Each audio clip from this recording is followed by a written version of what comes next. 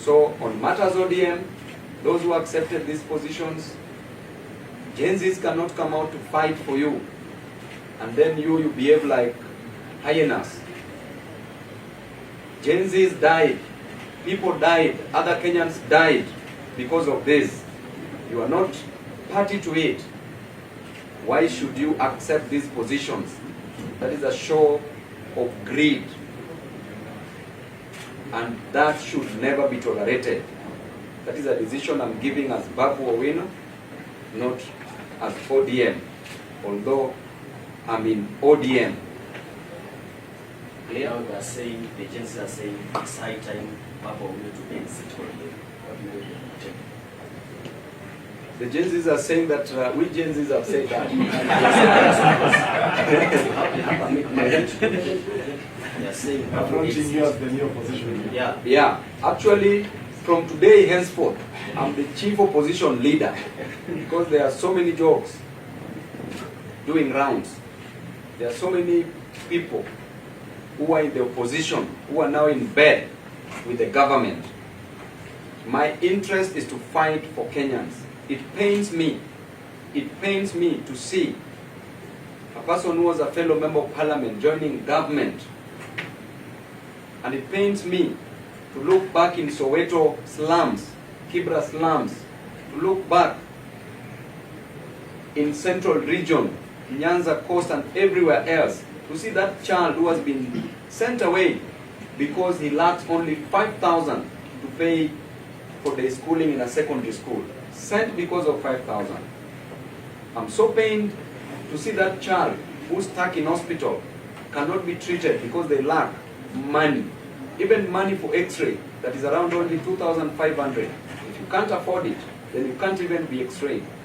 I'm so pained to see our young men and women moving around without jobs, seeing a boda rider in the sun from morning to evening, only gaining 50 shillings to 100 shillings in a day.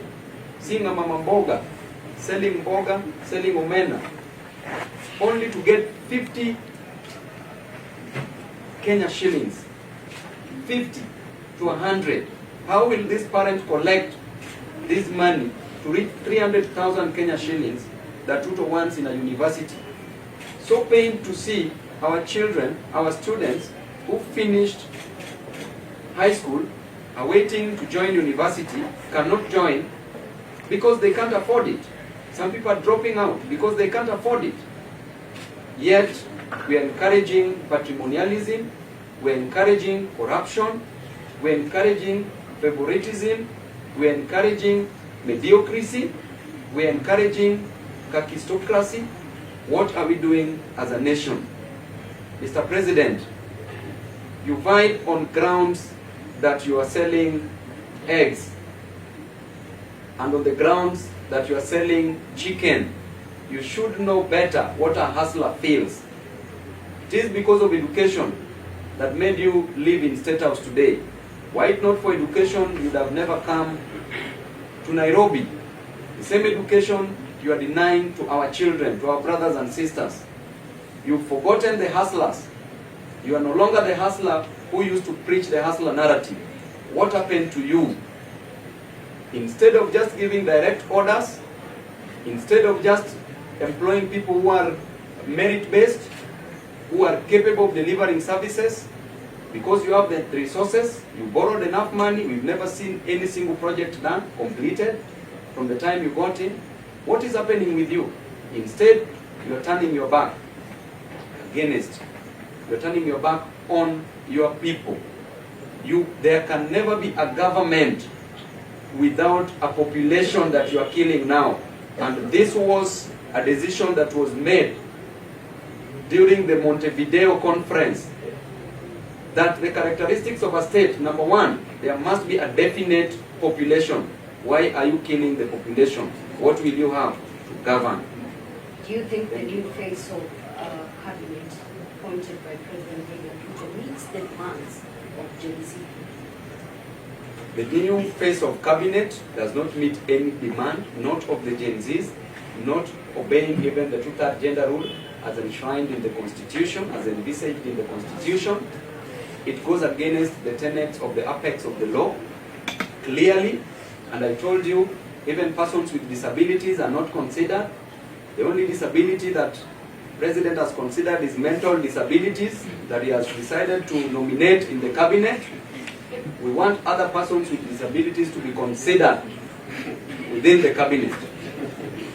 Mheshimiwa Daktari, if President Ruto sends wishes to give you the remaining position, one of the two positions, to Kenyans and you, are you going to do?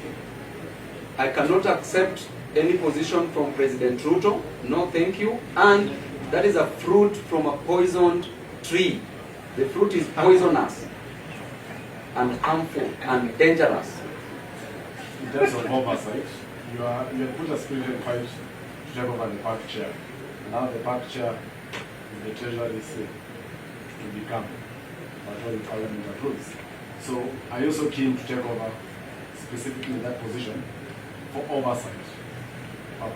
Going by the doctrine of separation of powers, checks and balances as was opined by Charles Louis, the Secondant, de Montesquieu, de Baron, that our work is to provide oversight roles.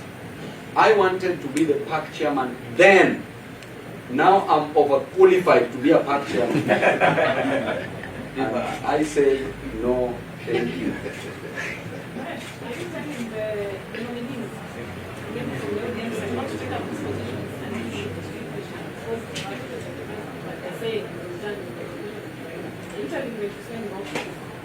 I'm clearly saying that that is not the interest of the people.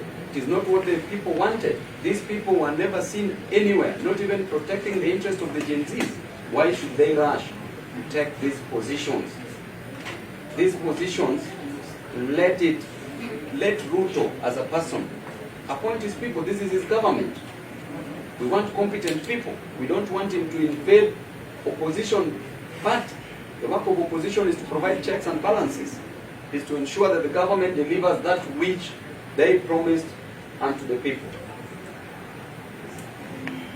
Please, please, please pump me with more questions and ready my answers. Sufficiently answered?